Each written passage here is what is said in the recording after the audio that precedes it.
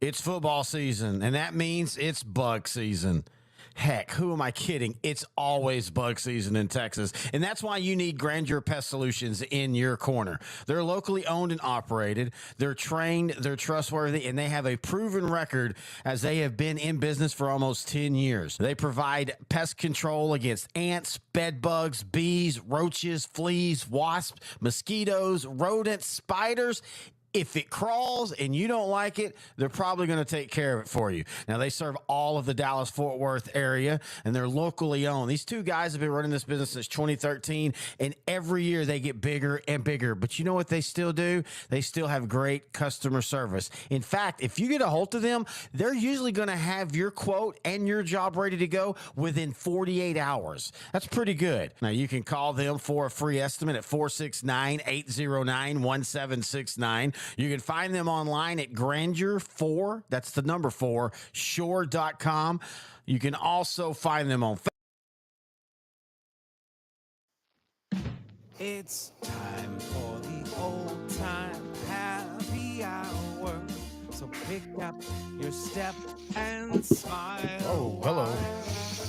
Already dropping things. Along with friends. How you doing, man? I'm doing pretty well. How are you?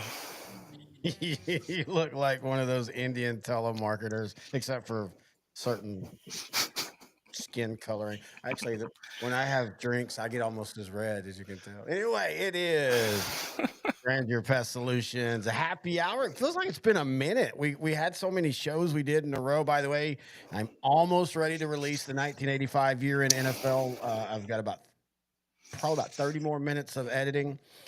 The 2004 one, we might just have to I might just throw 2004 highlights, which we can't find. And just because that show is a gobbledygook mess of what we're talking about in all the great ways. I've listened. When you're editing these things, you listen and you write notes. And so you have to re-listen. I've probably listened to that 2.5 hour show 7 times now. And every time I'm like, how the hell do we end up talking about the 86 Cubs in the 2004 NFL show? But that's what we do here at Outdrank the Coverage on L4 Media. And tonight it's going to be a little bit of a random show. We don't seem to have, we haven't been able to have many of those. But before we begin all that, intern Noe, the pro, the commissioner, how are you doing? And what are you drinking? Doing well, sir. Today I'm drinking Knob Creek. It's a special variety. It's called smoked maple, and it tastes like it sounds. It tastes like smoked maple syrup. It's 90 proof. It's a little bit too sweet for my liking. I think this might be more of a dessert whiskey for me, Mm-hmm. but it's still good. And I put 1 thing of ice in my Glencairn, so I'm gonna see if that improves the quality. But anyway, how are you, sir, Mister Two-time fantasy football champion, Terry, the host? How are you doing, and what are you drinking? I am drinking a little TLC. Tastes like chicken vodka. The vodka that studio wife and I have deemed dangerous because it goes down really, really smooth. Like in all the good ways, but also all the bad ways. When it's Friday night, we of course don't just drink on Fridays, but Friday is if we're gonna get hungover, it'll be Friday night. We get a little bit more into it and all. And me and her, and she's not even a big vodka drinker, as you know. Me and her can take down a half a handle in one night because it's just so smooth. And and you don't really, you don't feel that bad the next day either. Man, I'm liking the new setup to your office. Yeah, this is what I do every few months. I clean everything out. We finally decided to get rid of all the table and stuff. That was when we first started the video side 2 years ago. We had all the stuff on the thing, but now we have them all up on the wall, and I just feel like let the helmets speak for themselves. Speaking of, ooh, ooh, ooh. Early programming note, we will have opening NFL Sunday, the first ever Outdrank the Coverage Red Zone Day, or at least we guarantee the noon games after that. Sometimes intern Noe and I like to nap. And the reason we're going to be able to do that, and we'll go ahead and start off this show right here, and then we'll backtrack to the other main parts, including this week's episode of the Texas 2 Scene, where we talk about the Texas Rangers and the MLB in general. But it came out today, of course. Wednesday's the big NFL schedule day, and they kind of start leaking things. Like tomorrow, it'll be like who all the international matchups are. Like we know Pittsburgh's going to Ireland. We don't know who they're going to play. Rumor is it's going to be Green Bay. But I think the NFL threw a little bit of a curve today as they came out in the beginning game, September 4th, kicked the NFL kickoff 2025, of course, with the defending Super Bowl champion at home, Philadelphia, taking on the Dallas Cowboys. A little bit surprised by that. The Eagles have the Lions on their schedule this year, and of course, they have Washington on their schedule this year. A lot of people thought it would be one of those two, and they play Kansas City. I kind of thought they might go right back to Kansas City. I think that'd have been kind of fun. But it's going to be Dallas. It's going to be Philly. I know a lot of people are griping about it. They're looking at what Dallas did last year, but let's be honest. This is still one of the premier rivalries in the NFL. Dallas is still, by all accounts, we not you and I, but the media and the fans all tend to go really extreme with the Cowboys. They're either great or they're terrible. So everybody has it. Oh, they were 7-10 last year, but I think they've made some really good quality roster moves. I think that I think they're going to be a playoff contending team, and I think this is going to be an interesting matchup. I'm actually getting excited about it. I would have loved a Super Bowl rematch with the Chiefs and Eagles, but we had that almost 10 years ago in 2016 when Denver played Oh, the that's right. Panthers. Yeah, now Cam Newton's shoulder was messed up. It ended up not being the best of games, but I think this would have been a pretty good rematch. But hey, Cowboys, you either love them or you hate them. A lot of people do not fall in between. Their ratings gold. Playing against the Eagles in Philadelphia, watching them raise the Super Bowl championship banner in Philadelphia on prime time. It's gonna be a punch to the gut, but um, I think it'll be a good matchup. And I agree with you. The Cowboys have done a lot of good things in the offseason. The one gripe I did have up until this past week was the big trade with the Pittsburgh Steelers Yeah. acquiring wide receiver George Pickens. But yeah, overall, I think the Cowboys, if draft and free agency, I think they did really well. Yeah, and the thing is, honestly, I know it's going to be at Philly, and then it's going to be the Super Bowl banner and all. But if you want to early, Dallas might have a little bit of an edge because I know the Eagles got a new offensive coordinator, but they're going to basically still do the same thing. Dallas, we don't know. The different defensive scheme, different offensive scheme. In my mind, I actually was completely wrong about this. So mark the one time in history that Terry's wrong. Well, and the other two failed marriages, but we're not going to talk about that. I always assumed that the Super Bowl winning team, the opening Thursday, struggled. They haven't. They're like 15-5. I guess the me calling Detroit beating Kansas City a couple years ago, I thought I thought that always happened, but it actually hadn't happened. So I was a little bit surprised by that. Yeah, they typically do really well. And again, there was an asterisk with that Detroit Kansas City game because I think Chris Jones didn't play that game. I think maybe Travis Kelsey didn't even play either, or he was hurt. Kansas City was not 100%. Again, it's week one. Just like when we talk about Texas two seam, we're only a quarter into the season. Let's not over judge or draw conclusions where we shouldn't when we're only one fourth of the way into the season. It's week one of the NFL season. It really doesn't matter who wins, to be honest. I mean, it might matter toward the end of the season when you do tiebreakers, but it really doesn't matter at the beginning of the season because you're not the same team in September as you are in December and January.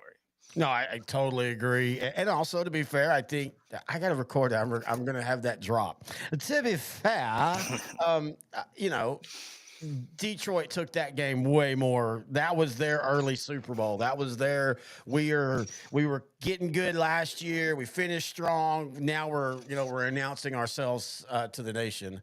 But anyway, Mario has a good uh, that was note in the chat where he said Washington would have been a better matchup. NFC title game rematch. Washington improved their offensive line. They got Debo Samuel in the offseason. So, yeah, I think Philadelphia and Washington would have been good. But again, I understand why the Cowboys were chosen. I would have liked Washington. I would have liked Detroit. I'd have liked Kansas City. There's a lot of good options, especially when you're seeing the defending champion host the game, seeing the banner raised. It's pretty cool. Yeah, and it is and I know Washington Philadelphia has a rivalry, but that is a Philadelphia gets the FU to Dallas. Again, though, the fun part would be if Dallas can then turn around and beat them. I still think Washington's closer to a one hit wonder team. We always get one of those almost every year, and it always seems like one of them makes it to the NFC title game. You But know, one of the other notes that came out today was Week 16, the Saturday games on Fox. They're going to be division rivals, and I think one of them is Philadelphia and Washington. And I'm thinking the other is Green Bay and Chicago. Oh, that's gonna. I think those are gonna be two good games. And I will say this, and you and I have talked about this many times. I do wish the NFL would not have any division games the first 4 games or 5 games of the year. I Even if it helps Dallas, I don't like. And I'm not going to say sneaky wins, but what we always say about the first week of the NFL, it tells no stories. Weird things happen. I see very plausible that Dallas or that Philly beats Dallas 40-7. I see it very plausible that Dallas beats Philadelphia 28-3 in one of those weird games. I don't like that they're going to. I really do wish that they would. I almost wish that they would do special weekends where it's just divisional matchups. So many weekends a year, it's just, and then the last one always should be divisional matchups. Always should be. The fact that we went for so long and it isn't, it blows my mind. So your idea, and I agree with you. I like this idea. This goes back to like high school and college schedule where you play out of conference matchups and then you get into league play. Baseball, when they introduced interleague play almost 30 years ago, or maybe a little over 30 years ago now, they had interleague week I where, miss that.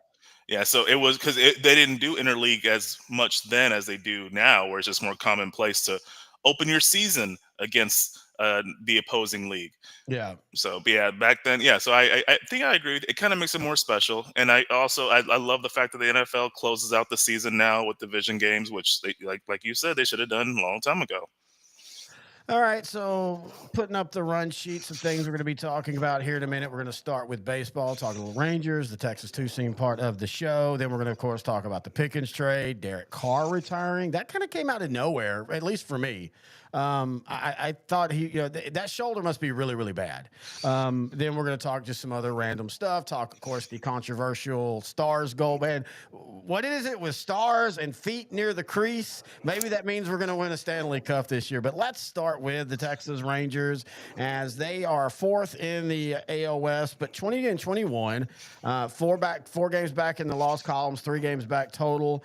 I felt that they had maybe their best weekend or best 3 game set. You could make the case all year because they're on the road against, and I know, look, Detroit is good, but Detroit also has played the least or the easiest schedule in the AL. And by the way, Texas has played the toughest. So you kind of and we'll talk about biggest disappointments here in a second. But I think Texas is going to get right with ball simply because of the schedule. But they looked really good this week. The hits are starting to come. I don't know how much Brett Boone has to do with all that. But they are hitting the ball better over the last week. And I thought that was I really do. I felt this was a really good series for the Rangers. Yes, and the fact that they're hitting well speaks volumes because they've been struggling. This is an interesting Rangers team. This is one of the few years where the pitching, especially the first 4 starters, have clearly outshined the hitting. Uh, Thank you, Josh Smith, for carrying the Rangers offense basically this whole season. Him and Corey Seager have been our best hitters.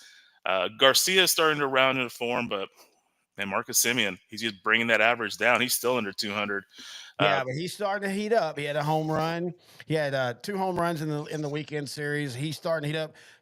Seager is down again, possibly the hamstring. It just feels like though, for whatever reason, and again, I don't really think it's as much to do with the batting coach and all that, as much as just some of these bats are starting to wake up. But a cool thing happened yesterday. Of course, it was Mother's Day, and of course, Josh Young and his brother both play in the majors. Josh, of course, on the Rangers, Jace on the Tigers, and they had their mom come out and throw the first pitch. I thought that was pretty cool. I always love the double jersey for mothers that have like when Kelsey in the Super Bowl and they have it split down the middle, and the Detroit Tiger mascot was having some fun on the field with that, like trying to cover up the Texas one and stuff. But it's weird. Josh has gotten kind of lost in the Rangers because of his injuries. But you talked about Josh Smith carrying the offense. I mean, Young, since he's come back, he has been really good, and he continued that yesterday.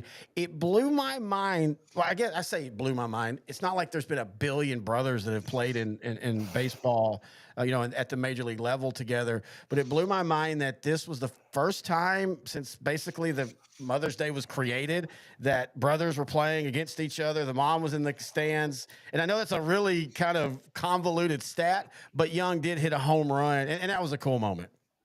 Oh, it's a very cool moment, especially on Mother's Days. It's one of the more heartwarming and special mothers or holidays that in American history. So everybody wants to take their mother out. The social media is always exploding with praises for their moms. So as we're watching now, the home run by Young, it's pretty cool. I mean, it's a historic moment. It was one that no one really thinks about in baseball. There's kind of hard now to have a first time for something. The sport's Yeah. been around since the 1850s, 1860s, so it's pretty tough to have a first time for something. So this is pretty. I'm glad you are showing the footage. Oh boy, you do not leave a 95-mile-an-hour up at chest level to Josh. And you know what? He's to me. You make a good point. He is kind of the heartbeat of that offense. Corey Seager is the leader. Garcia, 1.2 years ago, he was like the big shiny toy that was just explosive. But when Young is in the lineup, they are so much better. I like that apparently the Tiger fans were like good natured ribbing her when she was cheering for Josh. And he also had another hit in the game, and they were like, you're rooting for the wrong son and things like that. I thought that was pretty fun. But the Rangers, okay, so let's go ahead and move on to the next one because you love to do this when we do the Texas 2 seam. You love the biggest disappointments, biggest surprises. I disagree with two of your biggest disappointments. I thoroughly agree with your first one, but you listed three. Your biggest disappointments were Baltimore, Texas, and Pittsburgh. Baltimore, 100%. And I told you this earlier, and I think I told you this at the end of last year's playoff. Again, it's really weird how them and the Detroit Lions in football are kind of doing the same thing, except for the Orioles. Orioles have had success, of course, in the past, but they've both been really bad for a long time. They've had these little moments, and they almost had the same moments because it was 2014, and then when the Lions and the Cowboys played in the playoffs. And then it was like 2013 when Baltimore Orioles made the play, or 2013 when they beat the Rangers in the one game, or I think so. But anyway, I think they're a lot alike. They're both very young, but they both have kind of not disappointed because they're both still got plenty of time. But all of a sudden, the windows seem smaller, and especially for Baltimore, this young team who has a great offense.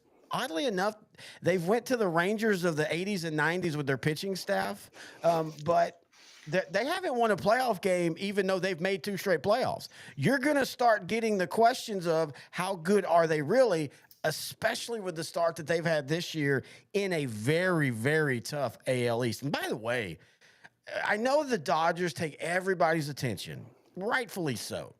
And you see what like the Padres are doing and things like that. But dude, the AL East and the AL West are both just bloodletting rivalries right now. Again, the AL West might not have the record, but that's because a lot of they've already been playing each other a lot. But yeah, I agree that Baltimore is one of the biggest disappointments. Yeah, AL East. Toronto is still hanging in there somehow, some way. They're playing much better than I thought they would play. The Rays, they kind of gutted their roster a little bit last season with a couple of big trades, but they're always going to always be there, even without a stadium. They're playing at the Yankees training facility right now. But yeah, I mean, I okay. I felt one of my biggest disappointments was the Pirates. They fired their manager Derek I don't get Shelton. that. I don't get that one because I didn't think they had any expectations this year. I mean, they've been bad for outside of that 2 year window in 2015 and 17 or whatever. They've been Yeah, bad and with other outside of one pitcher, they don't really have a good roster. Well, last season they won 76 games. Mhm. You saw they had good pitching, and they kind of addressed their hitting in a way last in the offseason, and I thought that would carry them to I got you.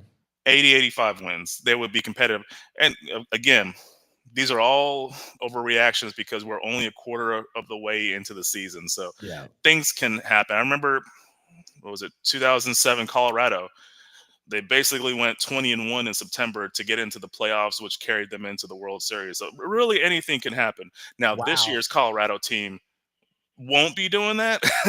Well, Uh, if they went on a 20-1 run right now, they still would be 6 games below 500. They are this year's Chicago White Sox. mm. They fired their manager after giving up 3 touchdowns to the Padres. The secondary was terrible in that game. But your other your other disappointment is the Rangers. I don't get that one at all. Again, as you say, it's early in the season, and to be 20-21, and I know the offense has struggled, but to me, I mean, everybody has said that the Rangers and the Astros and maybe the Mariners are all teams that could win the AL pennant.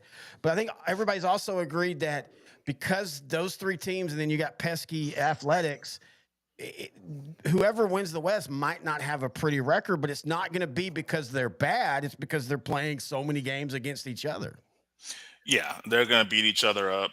Uh, Seattle right now is leading the West, but they're at 22 and 17. So I mean, the Rangers might be in fourth place, but not really far off from Seattle. Seattle's kind of like with the Rangers. They had great pitching, and they've kind of addressed their bad hitting in the offseason, and They they've been started much. off hot. Now, again, just like you wonder if the Rangers offense is going to continue to be anemic, it's a little weird because it's not like the Mariners added that many oh my god pieces to this offense. In fact, a lot of people are still going, okay, Seattle, why are you still not adding bats, or at least bats that consider quality? Yet they've come out and they've got hot, but it's the Mariners, so we're all waiting for that 10-game stretch where they can't hit themselves out of a wet bag. Yeah, it's unfortunate because they have one of the best starting pitching lineups I've seen in a few years. So if they just get if Julio Rodriguez gets back to the form he used to be, uh, right now, because right now Cal Raleigh, they're all everything catcher. He's kind of carrying the offense for the most part. Yeah. Um, and Polanco is contributing their third baseman, but yeah, they still need more bats. They're doing like what Detroit's been doing. They have addressed their offensive issues from last season. They went further than anybody thought they would have last season. They Mhm. still have a great pitching staff, but their bats are much better this season, and it reflects in the record. They have the best record in the AL, and for good reason. That's a very good team, and they got really good in a very short period of time. But again, let's stretch out the season, and when they start playing more of the East and the West and things like that, I think you're going to see them come a little bit back closer to the field. All right, your 3 surprises, and you could have actually added, even though Detroit did good last year, I'm like, you could have possibly added them in the surprises because I don't think anybody thought they were going to jump out this good. But the Athletics, the Cardinals, and the Giants, all 3 of them are perfectly apropos. Though I do feel like the Giants are one of those that they're depending on just what the rest of the West is, because the National League West is such a dogfight. Like, is it weird to say that the Dodgers have been a little bit disappointing, only winning 65% of their games so far? They're 15-3 at home, 13-11 on the road. They're 6-4 in their last 10. But look at the Padres, man. They're hanging around. Are we finally seeing the Padre team that we thought we were going to see a couple years ago when they were supposed to be the next? Hey, they're finally going to take the mantle as the best team in baseball. And they keep going far in the playoffs. They just keep running into that block that is the Dodgers. So this is the year they're gonna have to pull through and get over the hump, or I could see this team just tearing it all down the next year or two. Well, that's what everybody thought 2 years ago when they did pull back some. The owner died, and a lot of people were like, everybody understood that he had reached that point. He had terminal cancer. He was like, F it, I can't take this money with me. I'm going to pour it all into it. And then they pulled back after he died. but they've almost maybe gotten better. Maybe there's a little bit more grit in that locker room, than just flashy signings and stuff. But I've been really impressed with them. I wanted to put the Braves as disappointment, but man, they have stormed back so well after such a terrible start. They get a C+ for me when I was going to give them a D. But I mean, over the last 10, they're like 5-5, but over the last 20, I think at one point they're like 15-5 or something like that. So the Braves are bouncing back. The Mets, oh, holy crap. 2 years ago, everybody's laughing at the Mets. Last year, they make the surprise playoff run, and just like Detroit, they've only gotten better. Yeah, they've only gotten better. Big acquisitions in the offseason tend to help. Now, sometimes in New York, that can be a hit or it can be a miss, like with the Yankees with Chuck Knobloch. Yeah, it's touch or go at that point. The Mets, I mean, they have a really good roster. Pete Alonso's still there. I think there was a rumor that he might leave, but he's still a Met. And getting Juan Soto, that's just been money for them.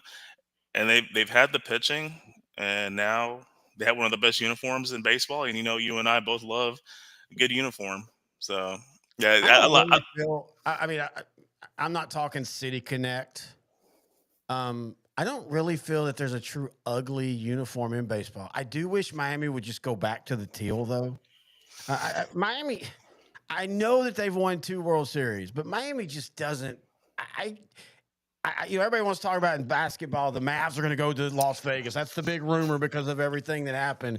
But honestly, if a team in the next 10 years moves, it's going to be Miami. I think Miami just doesn't care enough about baseball, in my opinion. Yeah, they really don't care. I mean, the Florida Panthers just won the Stanley Cup last season. They're just now starting to get some passionate fan base, but it's still it's just, I mean, the Miami Heat, even when they were good, they still weren't selling out. I'm not sure what sport. I mean, back in the day, college football was king. The Miami Hurricanes, they had that swagger.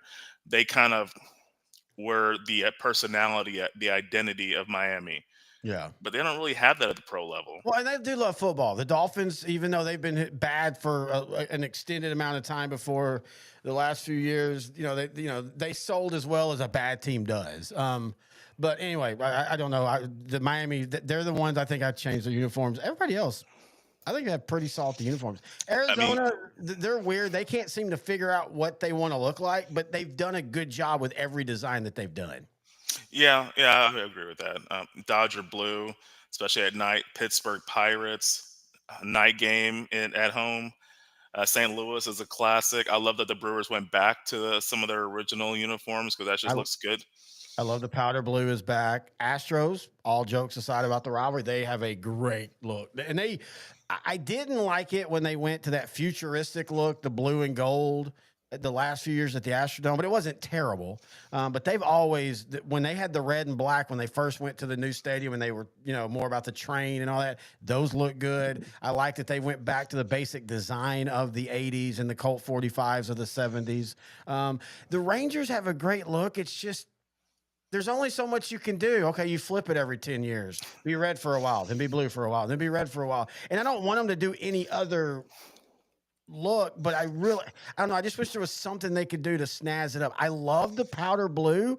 I don't like that it's all powder blue. I don't like that it's one look from top to bottom. I really would love to see them go back to what it used to be with the powder blue, where it's the top and then you have white pants, or I would love to see them incorporate more red with that powder blue, like maybe wear red hats, and then anyway, I don't know why we get on that, but let's go ahead and keep talking baseball because I think it's time to admit, I know a lot of people don't like to, and I get it. Unfortunately, I don't even think he's the decisive. It's just the fact that he's a Yankee.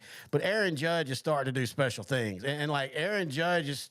I'm not gonna say he's making people forget about Otani, but this dude is not only power hitting, he's hitting for average. He's hitting with great runners in scoring position, and as long as he stays healthy, I still contend he might challenge for the home run record.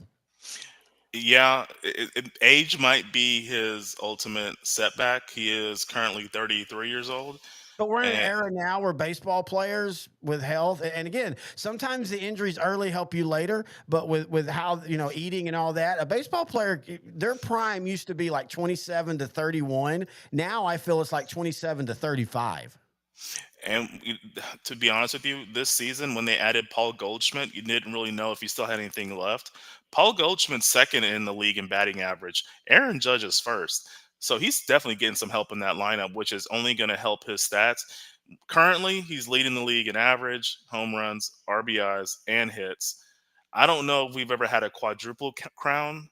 I don't think it's gonna. It might not happen, but he has a pretty sizable lead over some guys. Like for example, hits. He's leading with 63. Second place is Athletics rookie Jacob Wilson. One of the big reasons why the Athletics are where they are right now with a winning record.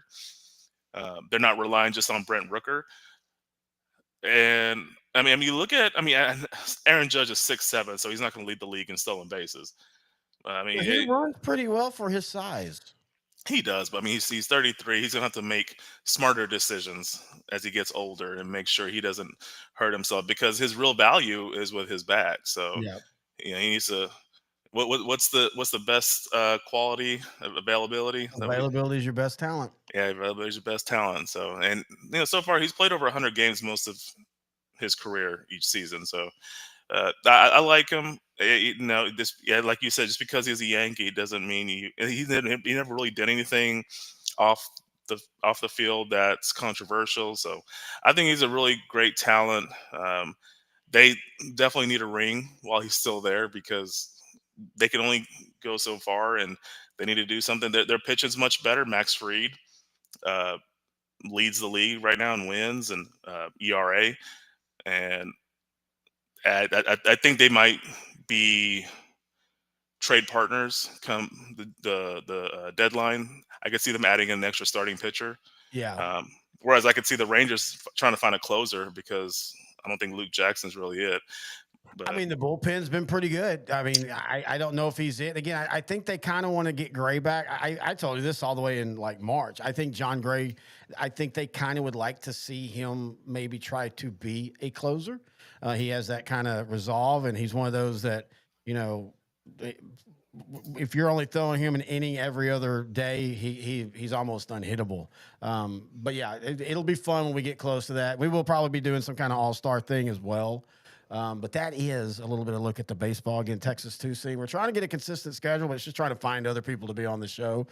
We now want to bring in or talk about, of course, the big news for the Dallas Cowboys. But first, we want to introduce our new sponsor, and that is Billy Barbecue. Enhance your outdoor cooking experience with the premium line of durable, high quality stainless steel camping grills. Now, Noe, you know me. You know how big of a camping fan I am. I love to camp. And one of the hardest things about when you camp is like how you're going to cook. And especially if you're going all native and you don't have like a state park and all. Well, the Billy Barbecue pits will help you with that. This is the original, the Billy pit. As you can tell, the thing that I love about it, and I like the Billy pit, but I really like the other one, this one, the Orb grill. You can put it directly over your fire and you can cook anything. I mean, as you see on the picture, it's, it's hot dogs and sausages and brats and stuff. I mean, you could throw down a steak on that thing right there and it would cook it wonderful. You can find out about them. You can go to Amazon, just type in Billy Barbecue, or you can also go to their website. And we do appreciate them being a sponsor. We have a little video we'll play here in a little bit about it, but that's going to transition, I should say transition into the Cowboys last week. I made a daily outdrink the coverage shot about it, but the Dallas Cowboys, I think, kind of shocked the world last week by trading for heavyweight George Pickens, who will be in his third fight this year. No, George Pickens, he is now a Dallas Cowboy. There's a lot to unpack about this, but we'll first start with, what is your initial thoughts on this trade? it cements a great offseason for the Cowboys. That was the one glaring hole the Cowboys needed to fill. Pause. And they got it. They kind of addressed the running back situation in free agency and also by drafting Blue out of UT, but they still didn't have a wide receiver too. And it didn't really help that Brandon Cooks left to go back to the Saints. So having Jalen Tolbert as your number two doesn't really make that offense diverse. I like Tolbert now as a three. I like Jonathan Mingo as a four, but now putting Pickens a deep play threat, letting CD Lamb operate under the middle and the slot, it just makes that offense more dynamic and Brian Schottenheimer's uh, new look team.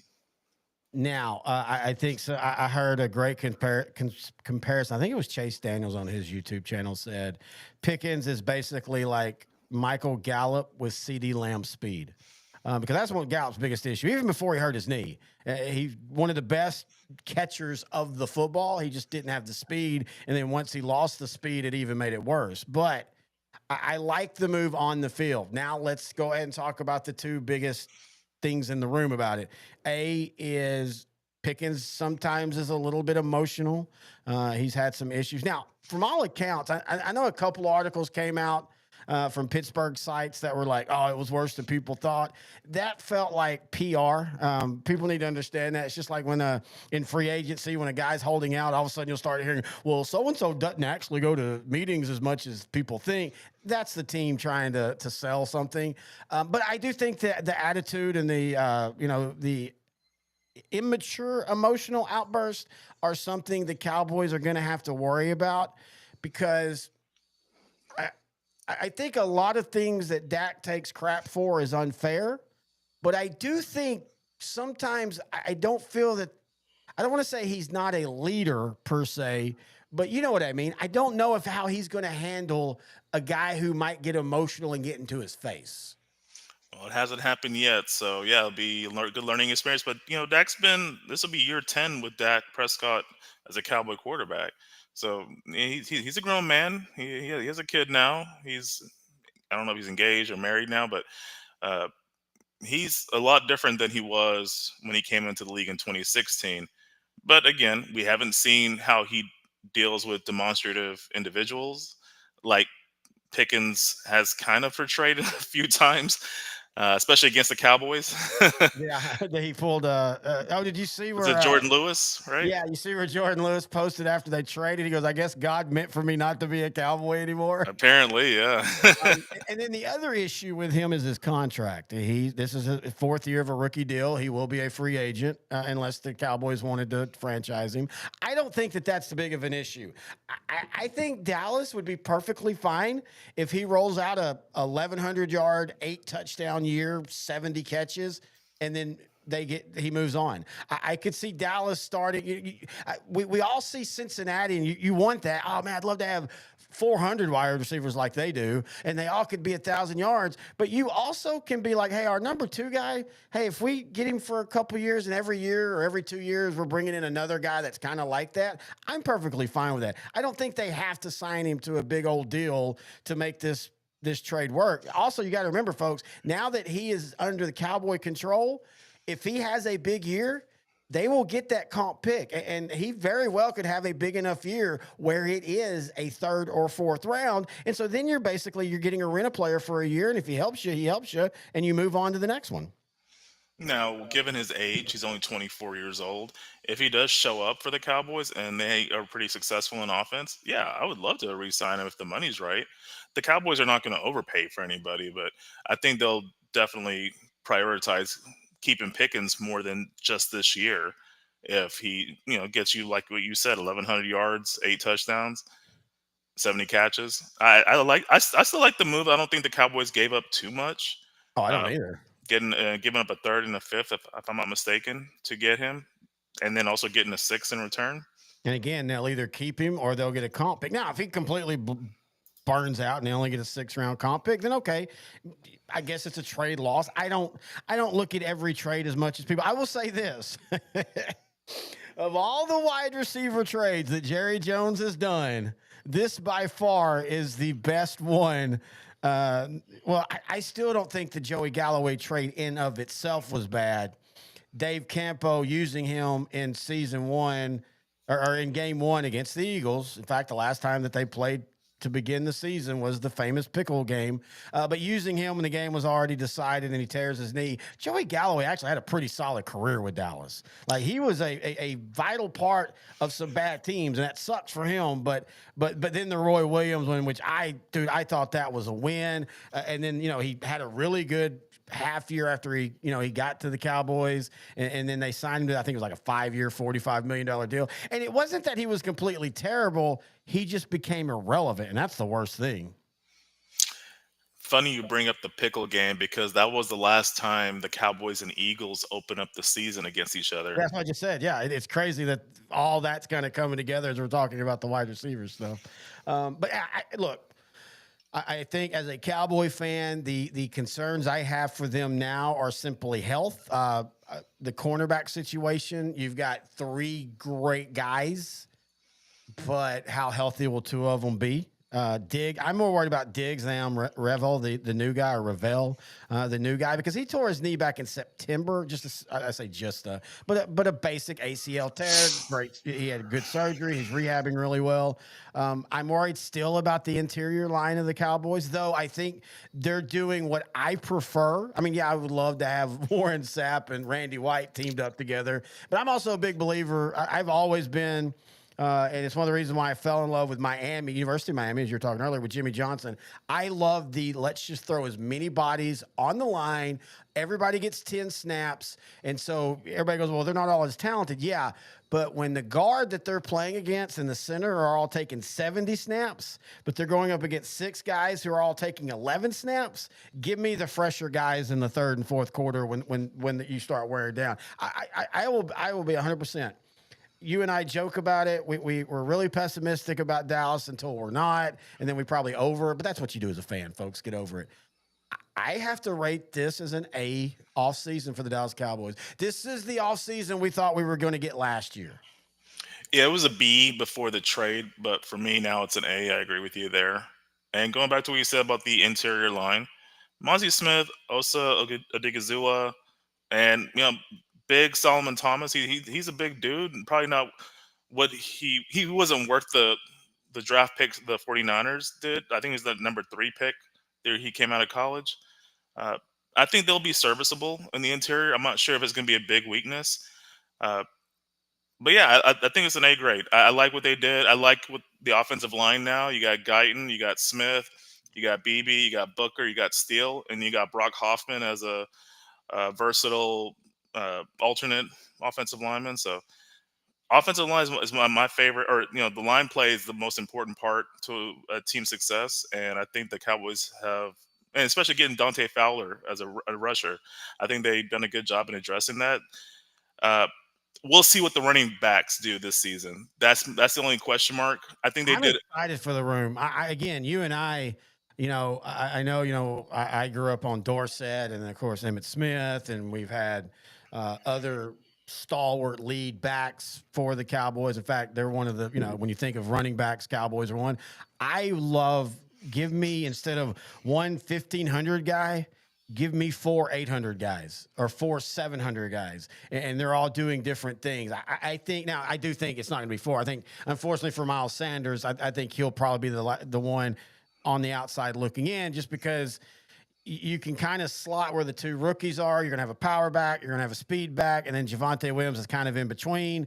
Miles Sanders just kind of gets lost, I think, gets lost in that shuffle. But Javonte Williams has also been hurt a bunch. And so, I think the running back, and again, with the rebuilding of the offensive line on the fly, I think the running backs are going to look a lot. I think this is going to look the closest to what we got used to with the Cowboys from 2012 through 2023.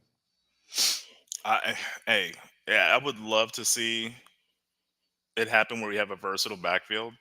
And I actually think it might be Javonte Williams that not make it to September. I think Miles Sanders might be still on the roster, to be honest with you, just I just because of Williams' injury and Yeah. how it affected him since his rookie season. Yeah, he went from being pretty quick to feeling like a kind of a plotter. Maybe another year away will help it. All right, so that's the Cowboy talk. Now let's go to. I was shocked. I really was. Derek Carr announces his retirement from football. Of course, most known for being a Raider quarterback. He also had 2 years with the Saints. He is the first, for all the talk about like Dak can't win and all that. He's the first quarterback to throw for over 41,000 yards and not have a playoff win. Man, and that just reminds me of 2016. They were on their way to a 2 seed, and then he gets hurt in the Yep. right before the final game. They lose. They get a wild card. They go to Houston and they lose. And then they weren't good again until 2021. They made the playoffs after that, epic season finale against the Chargers. And they almost beat the Bengals, who ended up making the Super Bowl that season. So it's kind of like, and then it's just bad luck because then Hunter Renfro, who's, we didn't realize how hurt he really was. Yeah. He's back in the NFL now with the Panthers. He was their top receiver in 2021. And then when he kind of fell off, but we realized it was for other reasons. He just didn't really have the support he needed. And then getting traded to the Saints, it just didn't work out. Then he got hurt. And I'm glad he's prioritizing his health. I know the initial report was Derek Carr was just going to miss this season as he was rehabbing his right shoulder, but apparently he had multiple other opinions, and the problem was Well, degenerative. So, well, there's also the belief that so when a player retires, the NFL doesn't give a team 100% cap relief, but you have these things you can do and you get some cap relief from it. Insurance will pay for it. So there is some belief that this is basically the Saints releasing Carr, he'll rehab, and then he'll come back next year. I could very well see that. because you really don't know what you're getting out of Tyler Shuck and Spencer Rattler and Jake Hayner. Well, I Those mean, are no, I mean, like he won't be with the Saints next year. He'll be somewhere else. That's what I'm saying. So basically, if they tried to keep him on the roster and he can't play, well, then he's dead. He's basically dead money, even though he's technically on the roster. And if they release him, they have to take a big hit. But if he retires, they can. I'll have to look it up, but there's certain insurance things you get, and you get cap credits. You don't get full on, but you do get some cap relief from that. And then, Oh yeah, that was kind of the big thing that came out of this for the Saints. Because they were, they have a lot of veterans, yeah, high salary, so they're kind of almost in cap hell. But yeah, they're gonna get almost 30 million in cap space for this season just because Derek Carr retired, which is pretty cool. and that's my point. So he knows he's not the future. They know he's not the future. So you go, hey, dude, retire this year, and if you can come back next year, we'll let you, we'll release you. You'll be good to go. We won't make you come back to the Saints, and it's a win-win for both guys or both sides. I think it's brilliant if it does work, and it allows Derek Carr to try. And if he doesn't feel it, and Derek Carr, I feel bad for him. And this is Derek Carr is the epitome for me of the type of player that makes sports great, but he didn't win championships, he didn't win playoffs, and so in today's era, and I say today's, it's always been that way, but it's hyper now because of everything's hyper because of social media. But the NFL and football he's the type of guys that make it great. He's not amazing, but he wasn't terrible. At times, he had really, really good stretches, and he was a fun quarterback to watch. He was, and he's very talented. The problem with Oakland and now Vegas, they just didn't provide the supporting cast outside of that one season. And things were getting better in 2020 when John Gruden got there. I know it's shocking that I said that, but they were off to a good start. They doing it right. They were building through the draft. You could start seeing the pieces being put in place. You get your Josh Jacobs. You get an actual number one wide receiver. One of the highlights you showed was James Jones, former Packer. I miss James Jones. He was the Raiders' number one receiver that season. They brought him in. There he is right there, too. He's a good receiver. I like him. Very long neck, but he is not a number one receiver. The Raiders had a bunch of really good B players in this era that could beat any team on any given day, but also couldn't consistently beat. But we all know this. We all know what Derek Carr will always be remembered for, or at least if you're a Cowboy fan. And 2018. I that remember. is, of Or course. 2017. Sorry, 2017. Now, of course, it ended up not mattering because they didn't make it. But this at the time, I guess it's not the whole play. I thought it was gonna be the whole play. I know they show it, but I mean, this is the epitome of a good guy playing hard, doing everything right, and sometimes effort's the worst thing that can happen to you. As Jeff Heath made his all-star play for the Cowboys, but this is Derek Carr's career in one play. I'm trying to get over here to share it real quick. This is Derek Carr's. There we go. This is Derek Carr's career right here. Everything about this play talks about Derek Carr. Tried really hard, right decision. It just didn't work out. And he almost did it again the next season. I don't know if, Yes. yeah, I think it was overruled, but he almost did it again. And again, this is 2017. Both teams are fighting for playoff spots.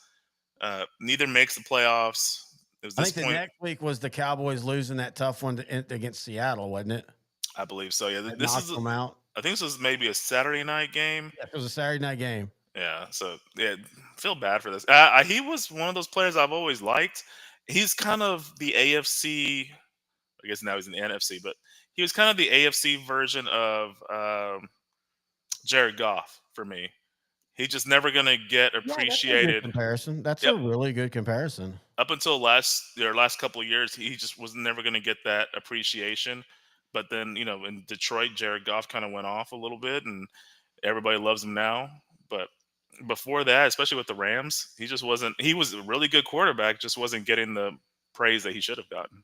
Now, to be fair, he did eviscerate Dallas in a classic Thanksgiving game a few years later. That was 36 to 2021 season, the year 30. they made the playoffs, I believe. Great game. That was Yeah. a fun game. Again, we get lost in that it was the Cowboys and they lost, especially right then because they were on a stretch where they weren't winning consistently on Thanksgiving. But that was a fun game. Raiders jump out.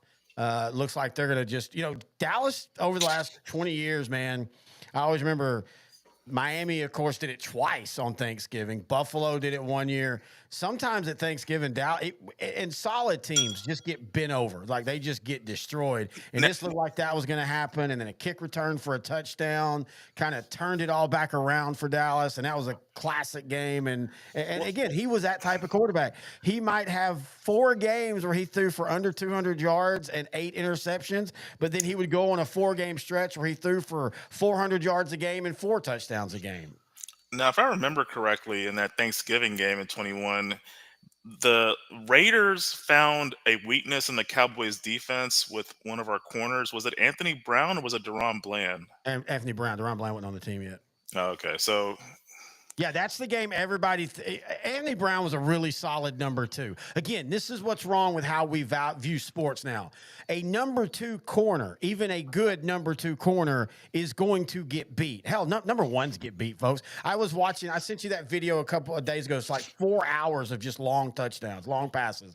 And there was about 3 of them where Randy Moss is catching him over Revis Island. He's still a Hall of Fame player, folks.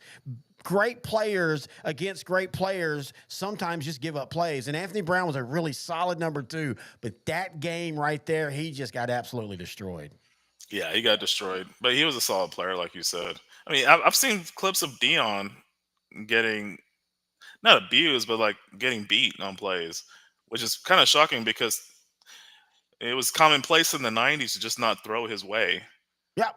And if you were, it was anything across the field. That's any cornerback. If your wide receiver can get that first step leverage and he gets the corner on his hip, and if the quarterback can throw it where he should, there's not a corner in the NFL history that can consistently stop that play. It's just really hard for all that to work perfect. Again, that's the thing people don't think about. The wide receiver has to take the perfect step. The quarterback has to, because if the quarterback throws it too far inside, well, that's a Deion Sanders pick 6. Just ask the Giants. The Giants still have PTSD about Deion Sanders, and it ain't even just that Monday night game. The Giants are just one of those teams that he intended on picking on. Speaking of picking on, our final NFL topic, which is Oh actually boy. college.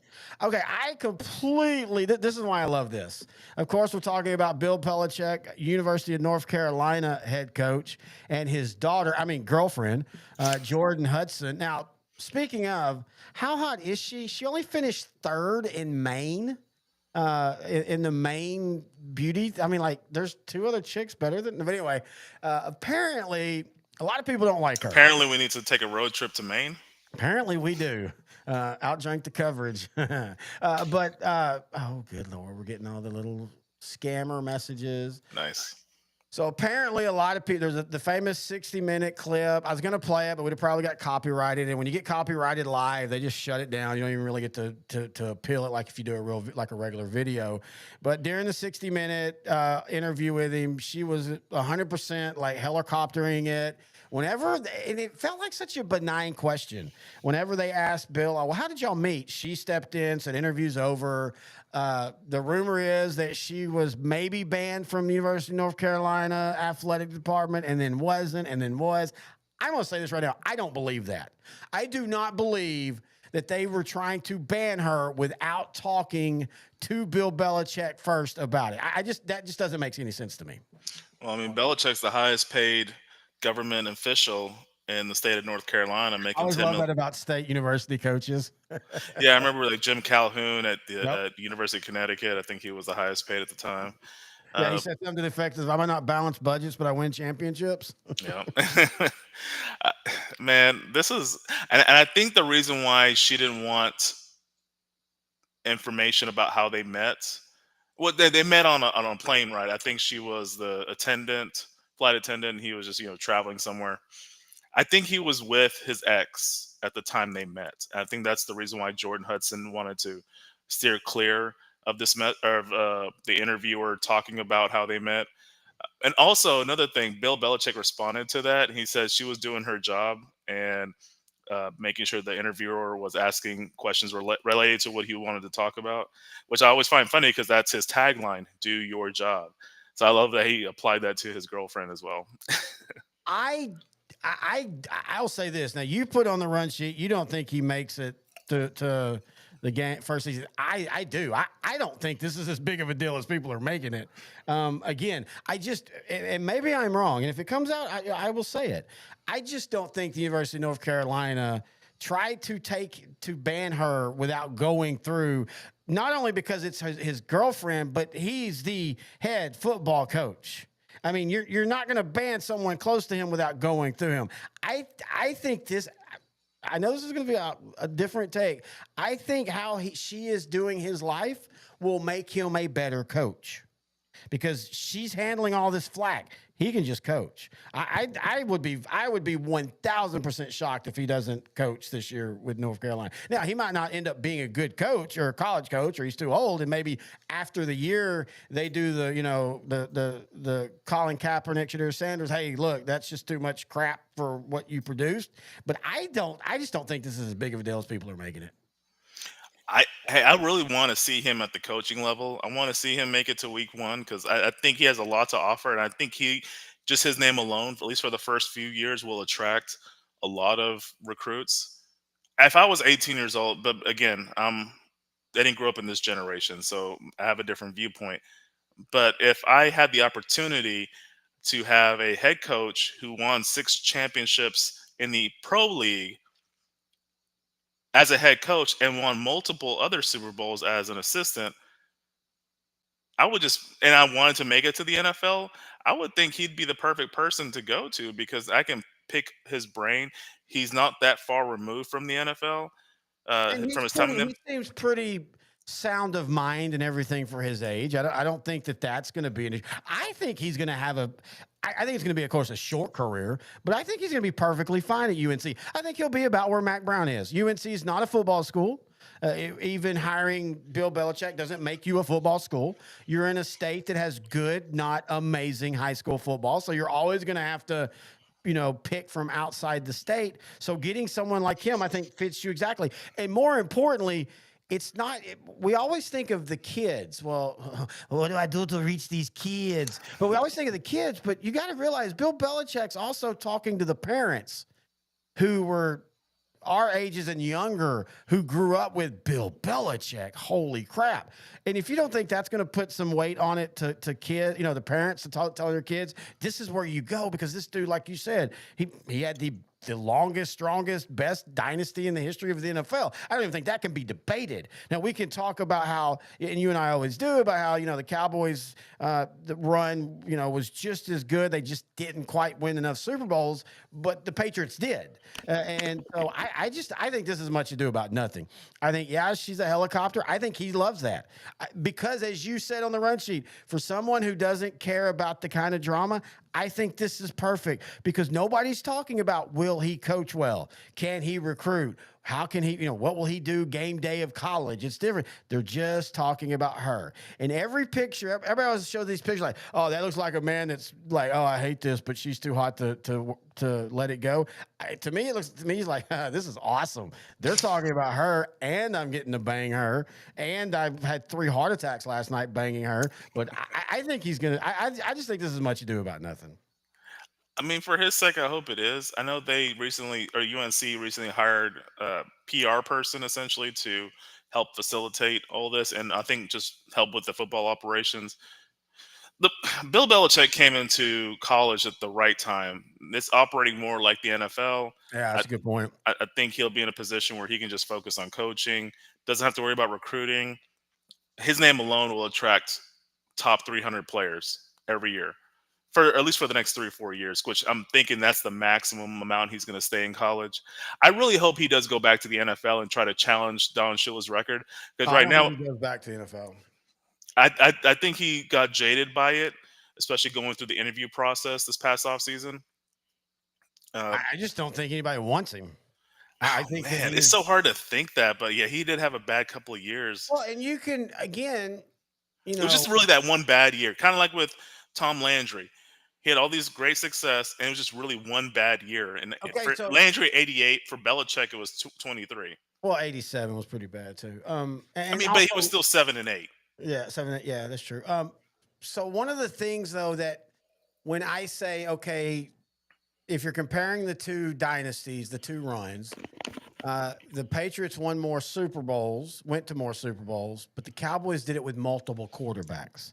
So the one knock on Bill Belichick is he never did it without Tom Brady. And Tom Brady went to Tampa Bay and proved that at least for 1 year, he could do it without Bill Belichick. Though I still contend, and I love Bruce Arenas, I still contend people need to realize that Tampa Bay team was way better than what people thought. I think any, and I love Crab Leg Winston, but I think any average to above average quarterback that could protect the football, that team still makes it really, really far in the playoffs that year. Tom Brady was the guy that took him over the top. Bill Belichick doesn't have that. So NFL teams don't.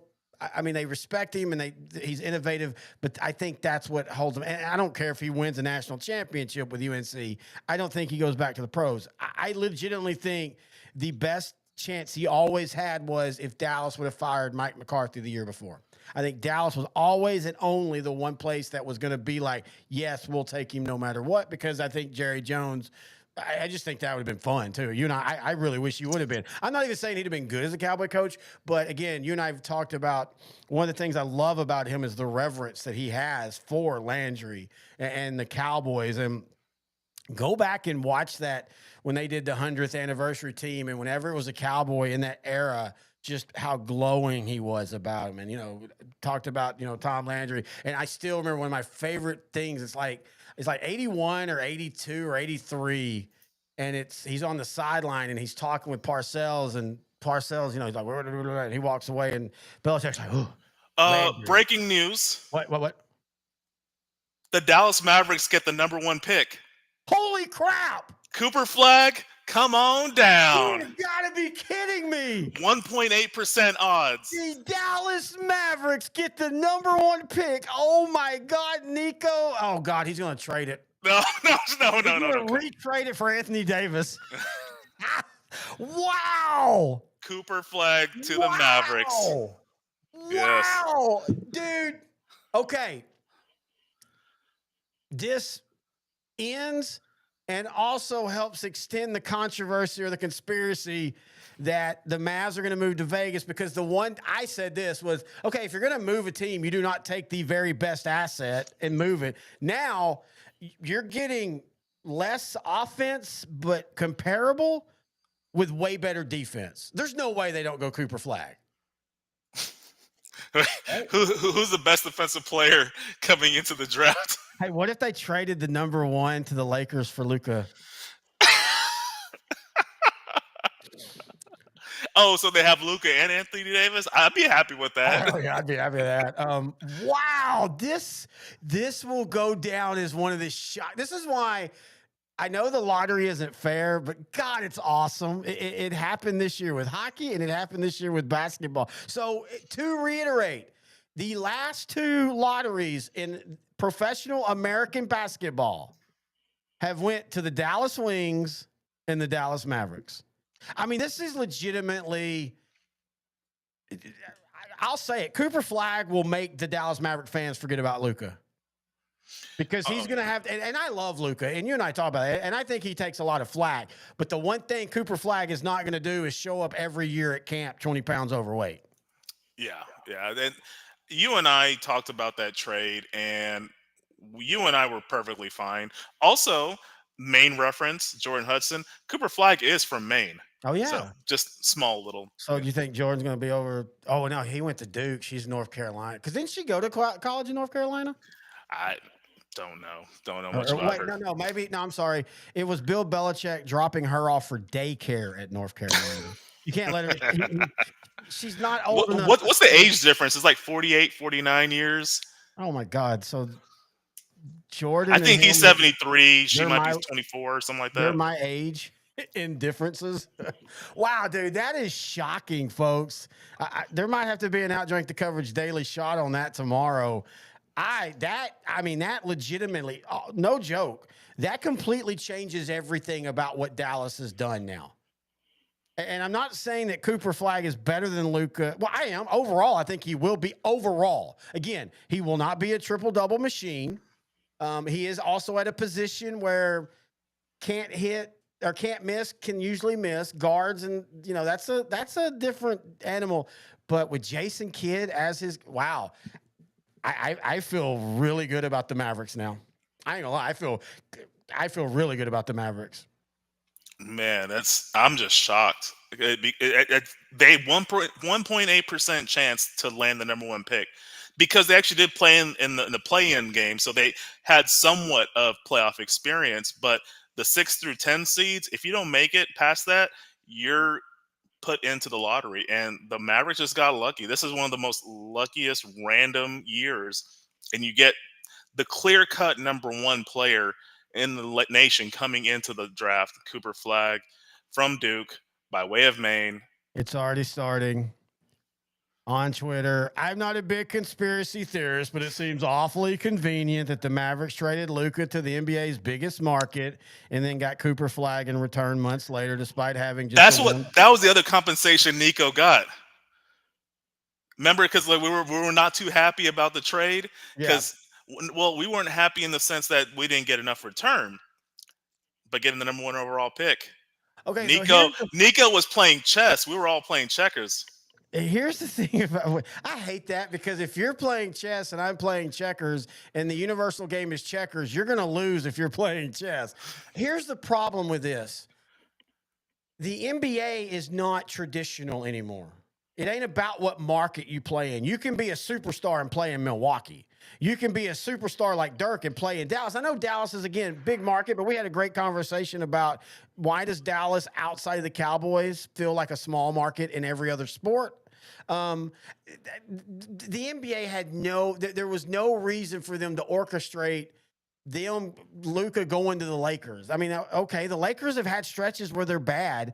And it hasn't, I mean, hell, the Lakers have been basically bad since they're kind of, and I'm not saying it's a fluke because it was in the bubble, but their fluke 2020 championship, and the NBA's went on fine. So this idea that they needed a superstar in LA because LeBron was going to be retiring soon, that just doesn't hold water. And this is why NBA ratings technically don't look good. It's because nobody watches the NBA traditionally anymore. Like, I watch 10 or 15 different YouTube channels the next day when I want to catch up on NBA stuff. I'm not going to watch a game. So I think this is what makes this kind of crap fun, but I do love the conspiracy theories on it. And that does end what was supposed to be our NFL segment of the show. We do want to take a quick break, though, for Billy Barbecue.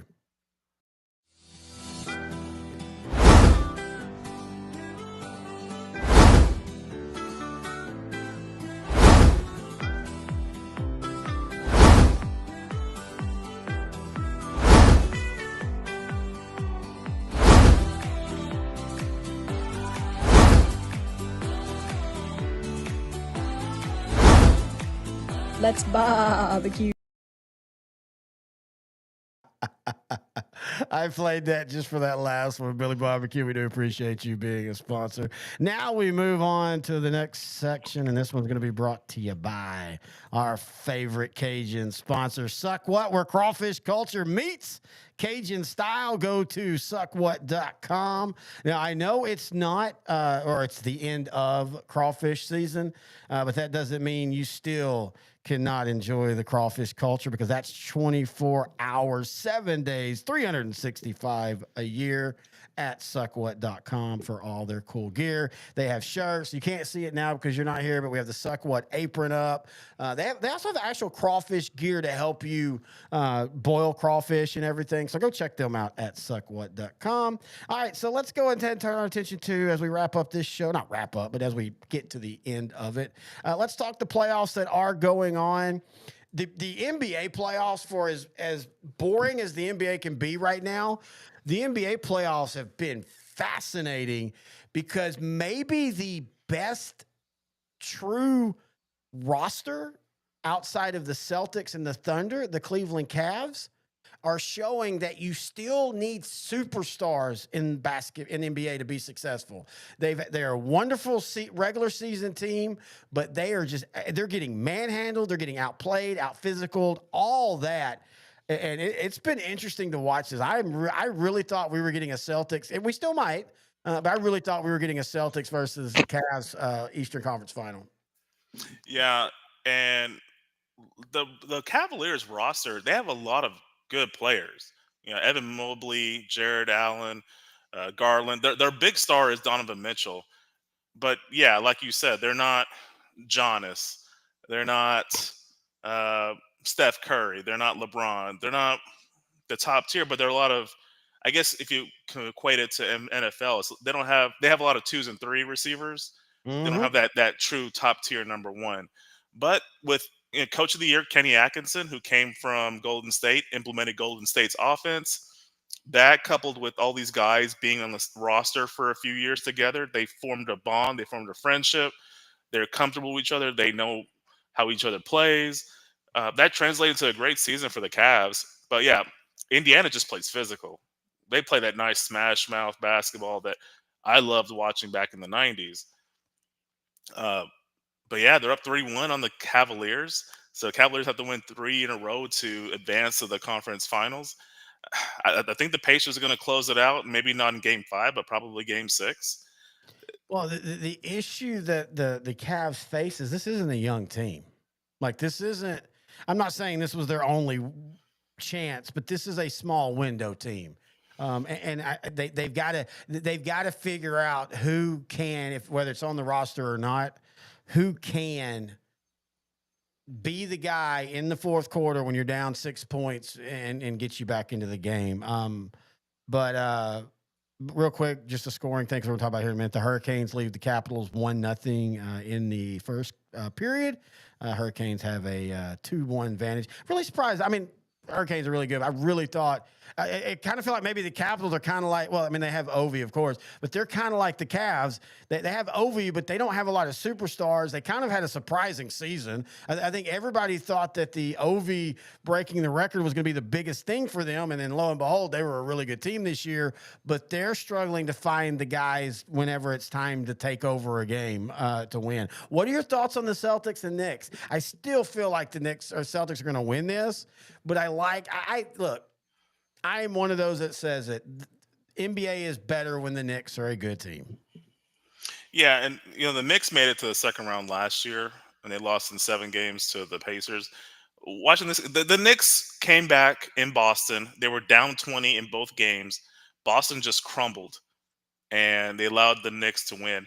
I don't think the Celtics are going to make that a third time. I think the Celtics probably will win this in 7. I think the Knicks are good enough to get at least one more win. But you saw what happened in Game 3 in New York. That's the real Celtics team. They're not the one that was 15 of 60 from 3-point range in Game 1. So I think Boston will come back and advance into the next round, and probably play the Pacers in a rematch of last year's conference finals. And it feels. Look. Maybe I'm just hoping, but it feels like. And I don't mind if it's Denver. Of course, they've won a title and all. But I really, I will admit, I am 100% rooting for the Pacers or OKC. I always want teams that have never won it, and especially the Pacers, because the Pacers, we were talking earlier about Miami and baseball, and really Miami in all sports. But the Pacers are one of those that they can win 10 games or they can win 60 games, and they're selling it out. They're a basketball frenzy state as much as Texas is a football frenzy state. And I loved those 90s, with Reggie Miller and Detlef Shrimp and all of them. What was the guys with the same names, the Rebound Brothers? No, there was Dale Davis. Dale Davis and Antonio Davis, Yeah. the Davis brothers. They were a fun team, but they were just, you know, it was the Bulls. But them and the Knicks had some of the greatest playoff rivalries and stuff. And so I've always, rooted for them. And of course, Rick Carlisle gave the Mavericks a title. And this team, without a Dirk guy, but they're kind of built like that Dallas title team. There's not a lot of weaknesses on there. They're not. They don't have a lot of 1A players, and they are missing a true, like, this is a guy we can give the ball to, and he'll score 40 points when we need to. But, man, they have a lot of great role players that know your role, as a philosopher once said from the 90s. And also, do you smell what's cooking? But anyway, I like the Pacers team, and I think this year they could give the Celtics a little bit more problems. And Carlisle has a history with the Celtics, too, so that's kind of cool. A lot of people like Tyrese Halliburton. He is Oh, I their do, too. Yeah, he's their de facto star, but they I also think have he's getting there. I think he's still a year away. I think this is seasoning.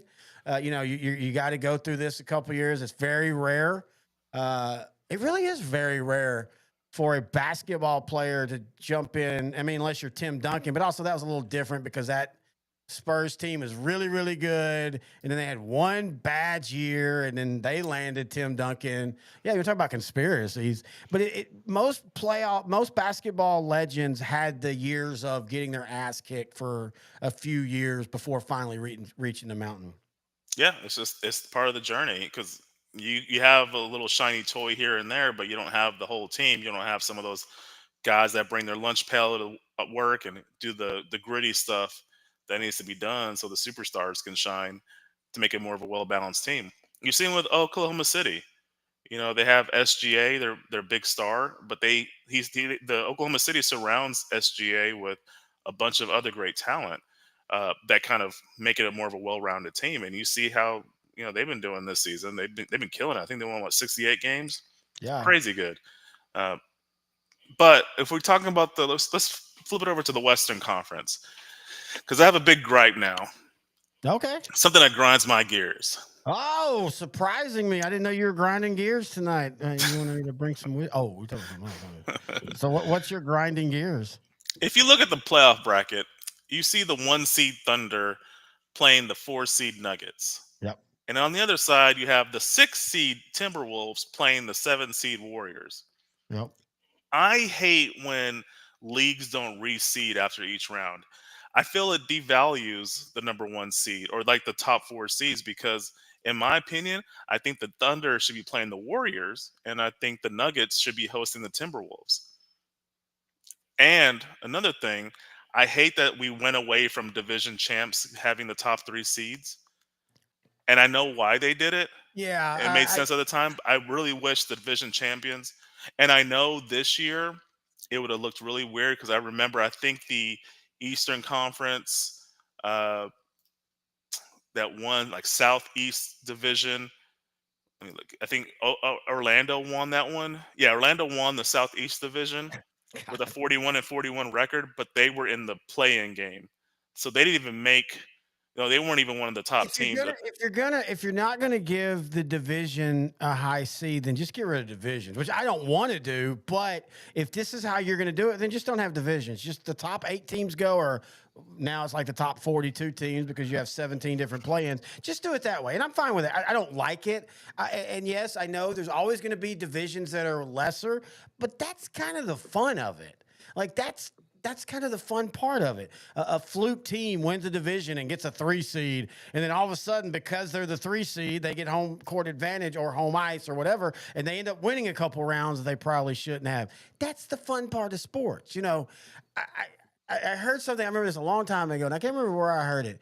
If sports were completely fair, it wouldn't be completely fun. And I kind of agree with that. I 100% agree with that. Now, I'll ask you this. What is worse, the not reseeding or how the NHL does it, where you basically just play yourself, your own division for the most part, and for the first 2 rounds? This one. I actually don't mind what the NHL is doing. Oh, see, I hate the NHL one. I hate it. I hate it. I hate it. I hate it. And I know the idea was at a time where there maybe wasn't iconic rivalries and all, and rivalries are fun, but if it's the same 2 teams every year, like if you're playing Colorado every year as a start, that gets a little old. Like, now I to mean, your Colorado probably feels it gets a little old. They can't beat Dallas in a game 7 to save their life. to your point, it's a gauntlet. Like in this year's case, the Dallas Stars, they have to play the Colorado Avalanche in the first round.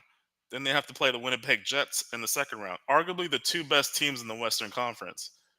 And Dallas had one of the best records in the entire league. So yeah, I can see where it's not fair sometimes, but you get through those teams, you should be in position to have increased odds to win the Stanley Cup. Oh no, and I don't even think it's a fair thing. It gets boring. I mean, it's the same thing that started happening when the MLB for a few years went that they still play a lot, of course, but they adjusted a little bit. But the Yankees and the Red Sox, man, that's a classic rivalry until they're playing 20 times a year. Yeah. And then it's like, okay, here we go again. It's not as fun. Part of what makes a rivalry, and maybe that's why the NFL, it's perfect. You play your division twice. You're going to see them twice. Every once in a while, you'll get them a third time in the playoffs, but you see them twice and you're done with it. And that's awesome because you have something to look forward to those 2 games. Speaking of, hang on. Boy, here we go. Put the glasses on. This is serious. No, I'm old. But the thing is, it's 162 games in the season, so you play them 20 times. That's about an eighth of the season. You play your division rivals, the Cowboys. They play the Eagles 2 times out of 17. That's about an eighth of the season. So it averages out. It just looks worse in baseball because it's just so many games. All right, we're gonna do one more basketball thing.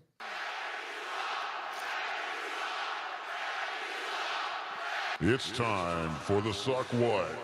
What sucks? Well, this sucks. That sucks. Oh, the week. Suck what? And the suck what of the week is Draymond Green's angry black man rant. You and I had a good conversation about this. The Athletic wrote a really good article. I know the Athletic has changed over the few years once the New York Times bought them, but it's still, in my opinion, it blows ESPN out the water with just the in-depth analysis. And if you don't know what we're talking about, Draymond Green had his 200th technical, and ranted after the game about basically saying, I'm tired of being stigmatized as the angry black man. And he brings up really good points. But the writer and you both independently, because I know you hadn't read the article completely, because when I sent it to you, you immediately said he's not taking responsibility. And the writer literally was like, hey, look, he makes a lot of good sense. Yes, when a black athlete gets passionate, he's black angry man. When a white one does it, he's intense and loves the team. But you've got to also take responsibility. And I'm sorry, Green. I love Green. Green was in a franchise. It's not like Green wasn't a great basketball player himself, but in a franchise of sports cars, he was the 4x4 truck that needed to go in and bulldoze everybody defensively to allow the Golden State offense to flourish and to be awesome. But not every technical is because you're an angry black man. It's because you hit people in the balls, dude.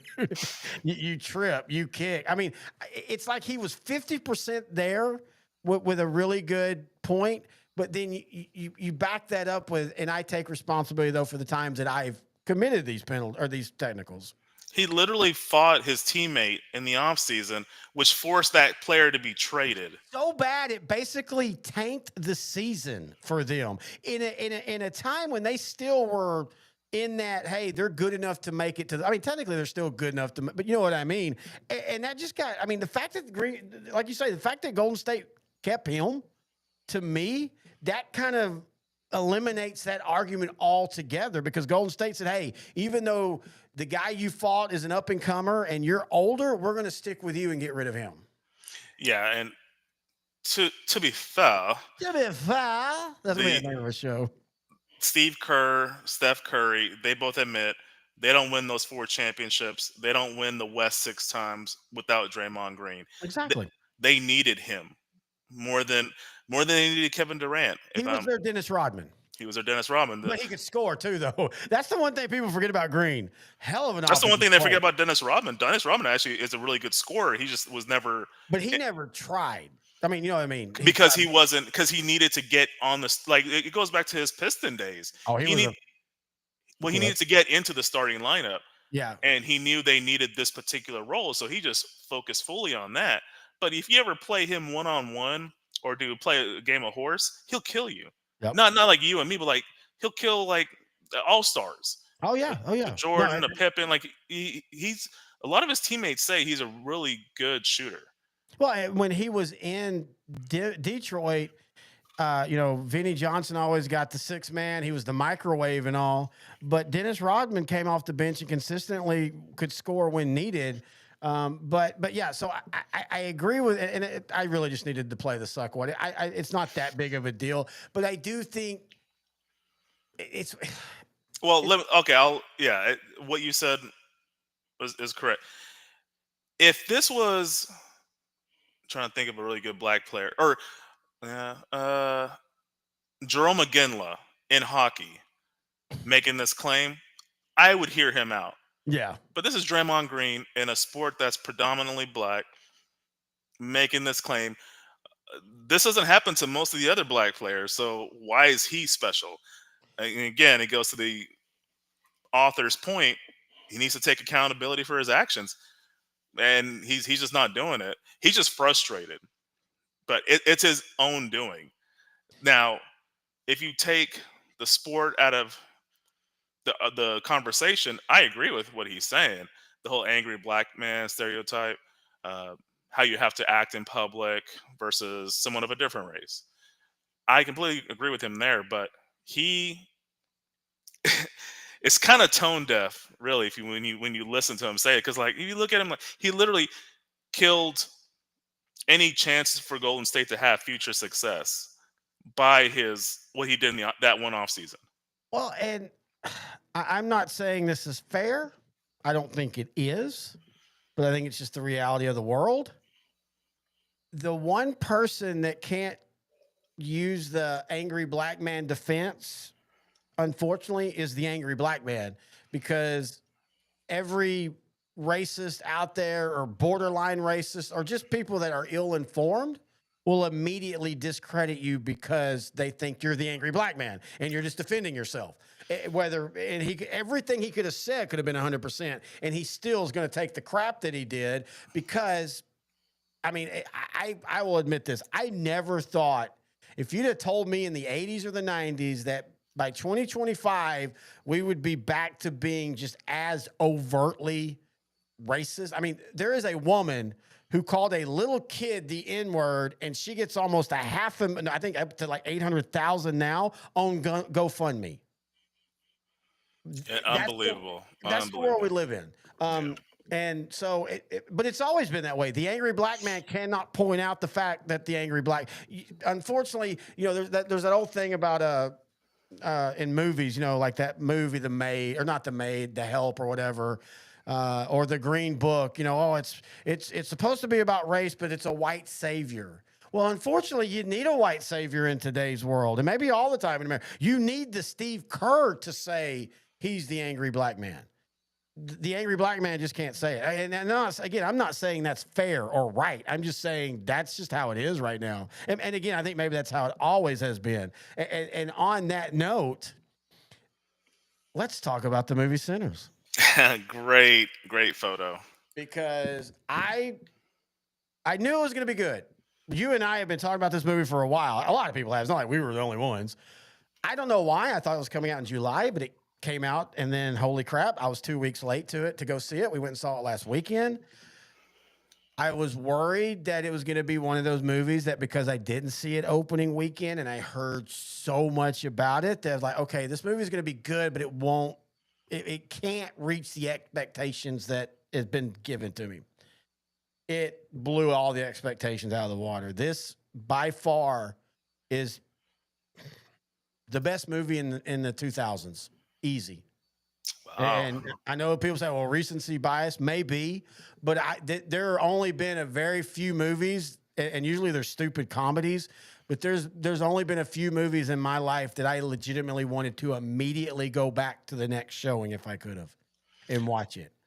This movie was well over 2 hours. I was not bored a single time. I didn't look at my watch to see what time it was. It had comedy, it had drama, it had heartache.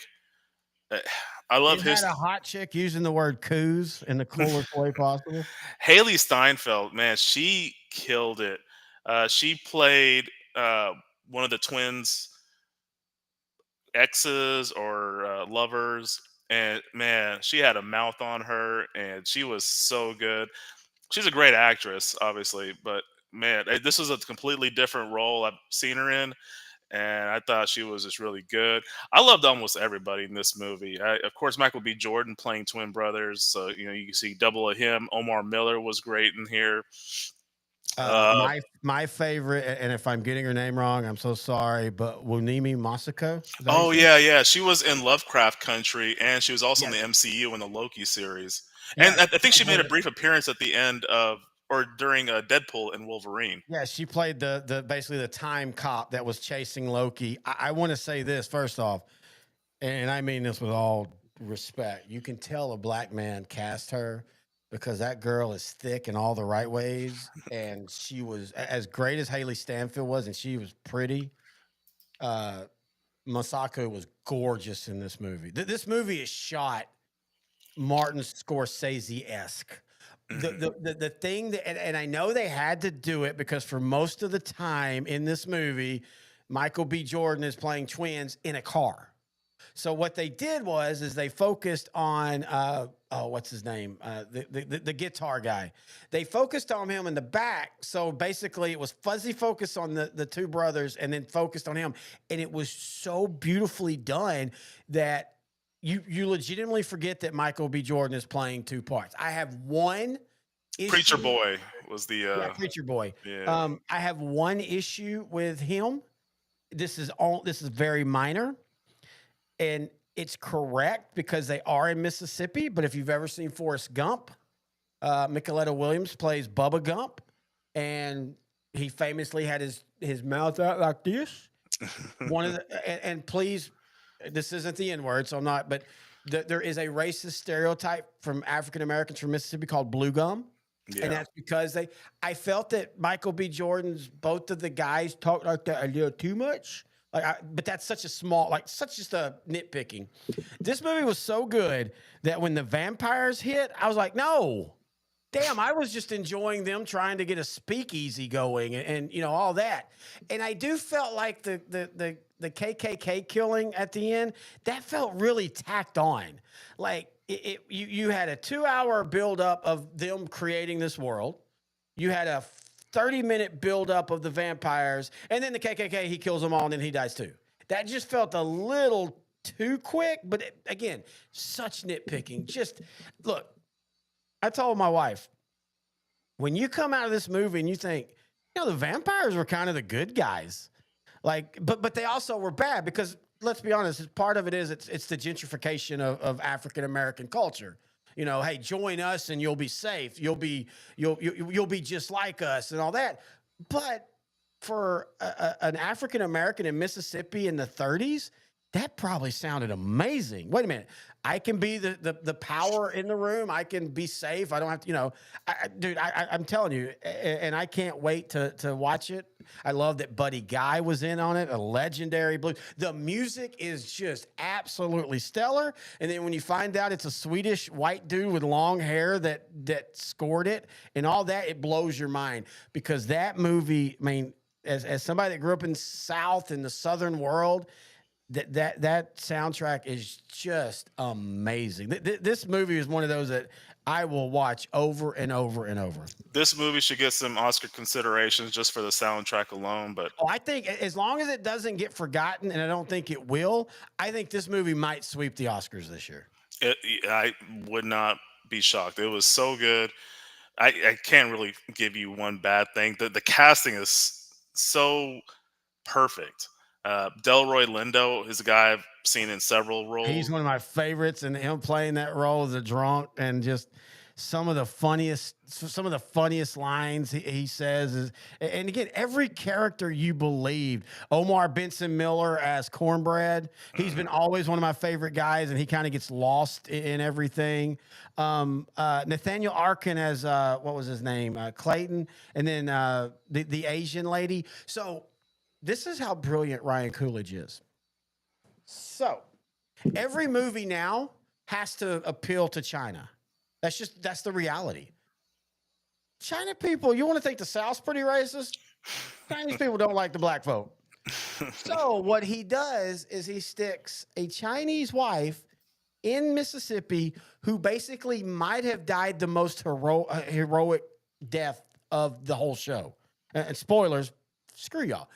It might have died the most heroic death. And one of the most, like, I wanted to, me and Studio were talking about like sequels and prequels. And she's like, well, I want to see what happens to, Stanfield and Michael B. Jordan's character from then to the 90s. And I'm like, no, I want to see a prequel of how did that Hispanic and Asian woman in the 1930s Mississippi end up together?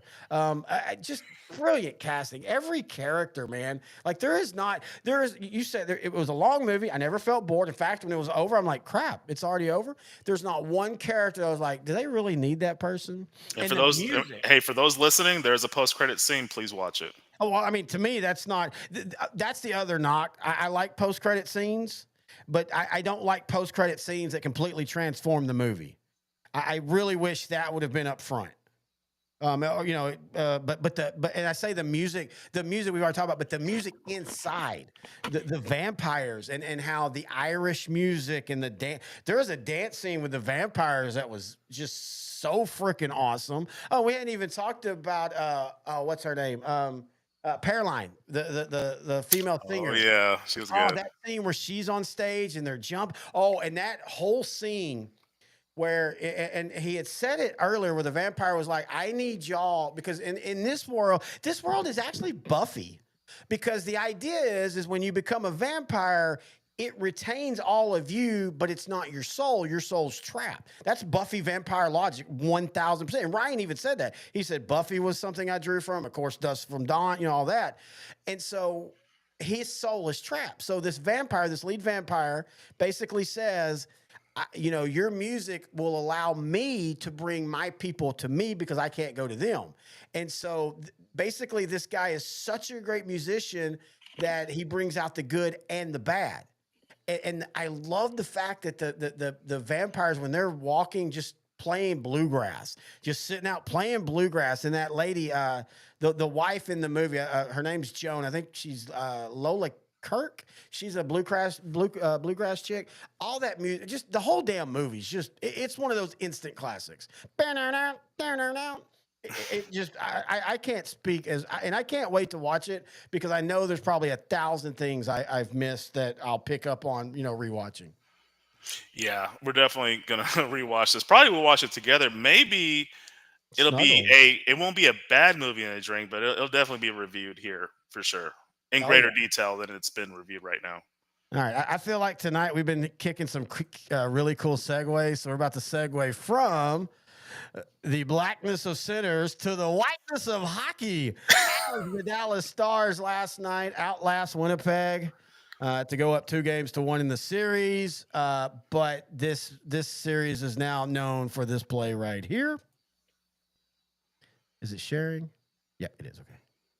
Now just let it play out because you can't really see it right now. You'll see it more whenever the replay is. Great series so far, though. Dallas won the first game. Winnipeg shut them out in game 2. First game back in Dallas. Dallas wins 4-2 as Petrovic. And Petrovic, he's one of those guys that makes playoffs great. This is a dude that barely played all year, but he has come into the playoffs and been rock solid. So here you see the shot goes off of Petrovic's skate and ends up in goal. Now, in hockey, if you don't know, you can't kick the goal in. Like if you have a definitive goal, kicking motion. I didn't mean to completely X out. Dadgummit. If you have a kicking motion and it goes in, that's usually a no goal. But this was ruled a goal because the kicking motion would not have actually went in the goal. About to be a Vinza Wardman, which would be his second or third. Connor Hellebuck, basically, after the puck gets kicked, it's going to go across the crease, not go in. He doing what as a goalie, he just sees the puck. He hits it and basically kicks it or knocks it into his own goal. And so I just thought that, the most controversial goal of the season. And we joked about it. Why is it when the Stars are in the playoffs, they have issues with feet or anything with feet in the crease? Of course, we know that's how they won the 99 Cup with Brett Hull, which, by the way, it was not a bad call. It was the correct call back then. The league literally sent out a memo like right before the playoffs and said, hey, this rule, we're kind of changing it. It's not as strict because up until that point, if your foot was a quarter inch into the crease, you could be on the other side, not touching the goalie. The goalie could just miss on a shot. It'd be a no goal. And the league said, okay, yeah, we can't do that. So now if the foot in the crease doesn't influence the shot stands. And that's what happened in the Stanley Cup. It just made it more of a subjective call Yes. than an objective call. But anyway, so I that's the one thing I love about hockey. Playoffs. I love about playoffs in general, but especially hockey. Hockey is still, hockey and football are the two sports you will never be able to use analytics fully. Football, because of the physicality, as Mike Singletary once said, everybody has a great plan until they get hit. And I know hundreds of others have said it. I always remember Mike Singletary saying that with those eyes in the 85 Super Bowl recap. Everybody has a plan until I hit them.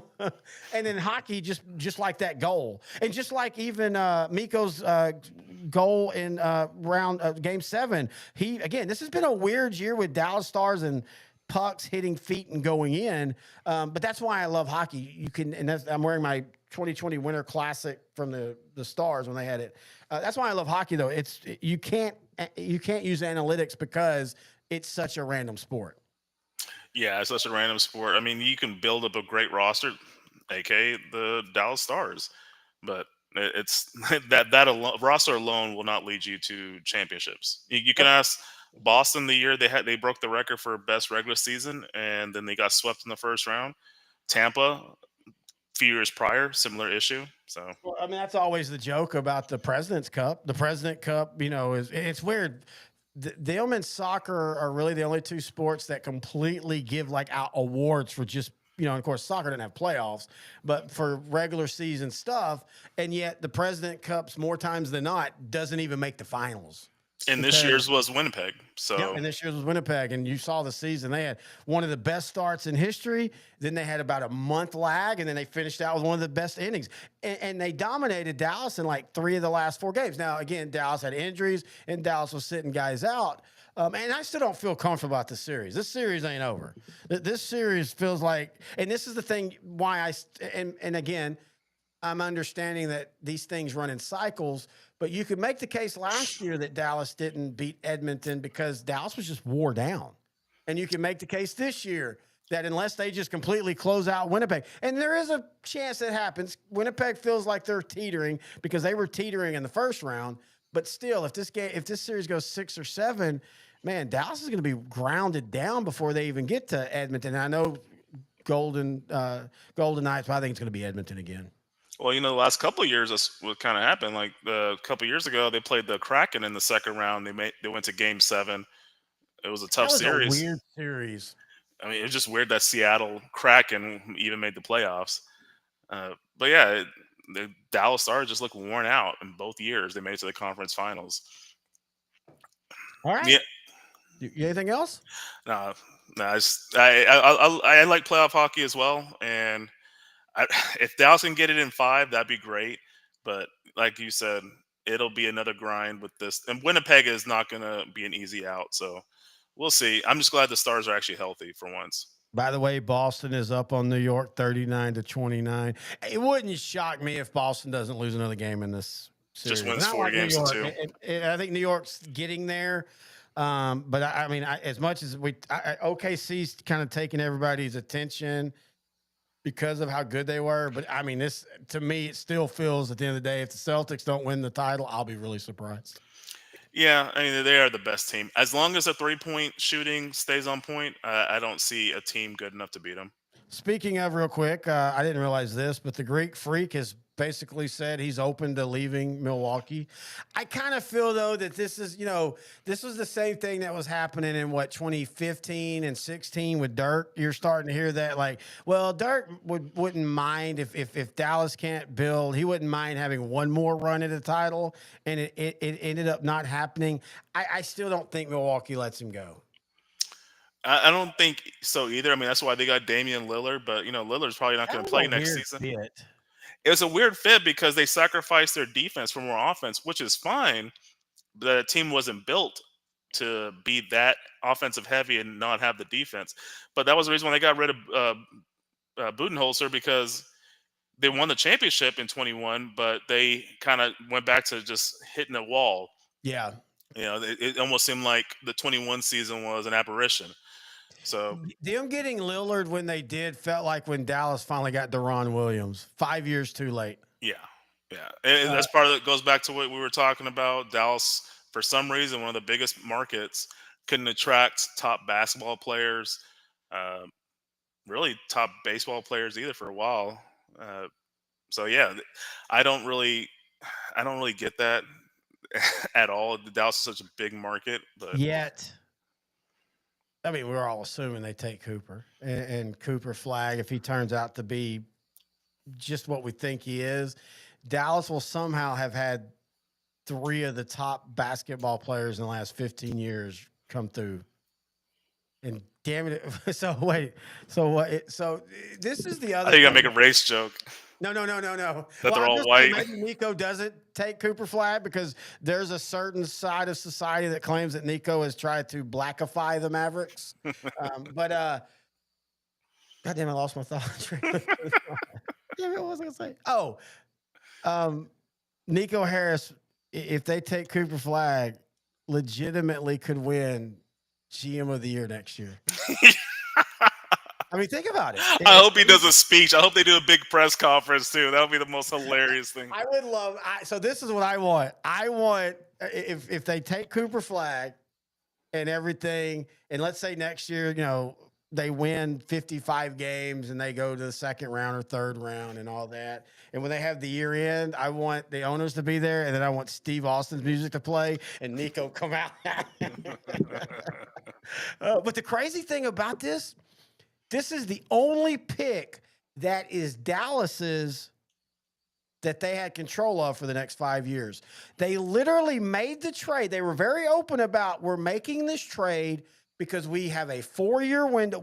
They feel they have a 4-year window with Anthony Davis and Kyrie and that group, and then we're going to tear it down. I will admit, if you want to talk about conspiracies, this one at least has legs, because you literally just gave Dallas the out. They now can do both. They can try to run it. You've got Cooper Flag that can play in place of Kyrie till Kyrie's back. And if Kyrie's not back till March next year, perfectly fine. If Anthony Davis can at least play 1 out of 3 games. I mean, you and I talked about this. I still feel if Kyrie Irving doesn't tear his knee, I still thought next year Dallas has a chance to be really good. Again, if everybody stays healthy. Now you've got the young guy too. I mean, you could say whatever, but Nico Harrison better be on his knees, either thanking the basketball gods or sucking them off because he literally just got bailed out. He Please got don't. I almost hope he doesn't take Cooper Flag. Like if he takes a Russell Maryland type, like a guy who's just really good at rebounding but nothing else. Rebounds and defense win championships, and I'm going to prove it. God damn it! we are a defensive team. We're only going to score 40 points, but we're going back to the 90s. I've hired Pat Riley to be our head coach, and they're going to be defensive philosophy. Like Temple Owls from back in the day with Don Chaney or whatever. I Oh my God, man! When it'd be 15 to 15. Oh, speaking of, did you see where college basketball is thinking about going to quarters? Yeah, I saw that. that. Yeah, I would like to have quarters. I like quarters in basketball. What about Freak the Greek ending up in Dallas? that was a possibility. It'd just be so much to give up. Uh, I think right now Houston and San Antonio might have the most capital they can part with in order I to don't get. want Dallas too. I want Dallas now. Again, the gods or whatever. Dallas is. I mean, now you have, instead of Luka and Lively, you have Lively and Cooper Flag. You have again. You have a foundation to win the next 3 years, 4 years, and then you have a foundation that could be your true future. Yeah. God, this is weird, dude. I'm not used to Dallas sports having this kind of luck. I mean, like this is just kind of freaky. I kind of hope there is a conspiracy. Remember the old one was with Patrick Ewing and the Knicks, was that the Knicks ball was frozen. So when Stern put his hand in, he could. I really wish that had been true. It'd been funny if he went, "Ow, son of a!" Oh, I mean, yeah, the Knicks. Sorry about that, guys. All right, I think we're done, brother. All right, sounds good, man. Got a couple hours in. That's a pretty good show. Hey, where is that at? I'm trying to find. What am I going to play? Oh my God! I cannot believe this. I am Forgot the this. champ. Hey, this is the off-season equinox. I am the champ. 3 months after the Super Bowl and 3 months before preseason starts. The NFL schedule comes out Wednesday. We will do a show next week, but it won't be a live happy hour. Just the algorithm helps us on those shows. And also, I want to take time. I want to look at that. We'll probably pick our. Let's do independently. I always like when we do this independently. Let's do the top 5 matchups of the NFL that we think are going to be, and the top 5 Cowboy and Texans matchups. Okay. And we'll and some of those will, of course, overlap, and then we'll just kind of talk about what teams we think, our normal schedule talk. But anyway, I want to remind everybody, if you're following us or finding us on Facebook, go to youtube.com/@L4 Media Company. You can also check out. Let me get this real quick before we go. I have to keep putting on my glasses because I'm blind. I'm finally going to the eye doctor this week, so I'm gonna be blind, but at least with not just reading glasses. You can also check out our Patreon. Just go to patreon.com/L4 Media Company. And this year we were going to do it last year. Things were a little weird. We're finally going to have a Patreon fantasy football show. Probably a college show that'll be Patreon. That might be interviews with coaches and stuff. But anyway, we'll do all that. But until then, we want to thank everybody. Have a drink. This is the last call for alcohol this evening. Well, I mean, until I go into the couch. Drink up, I mean, you might as well finish, right? We're not quitters. Yeah, that's one thing we are not. That's right. That is intern Noe, the commissioner, pro, whatever you are right now. I'm Terry, the host, and this has been Out Drink Coverage Happy Hour. We'll see you.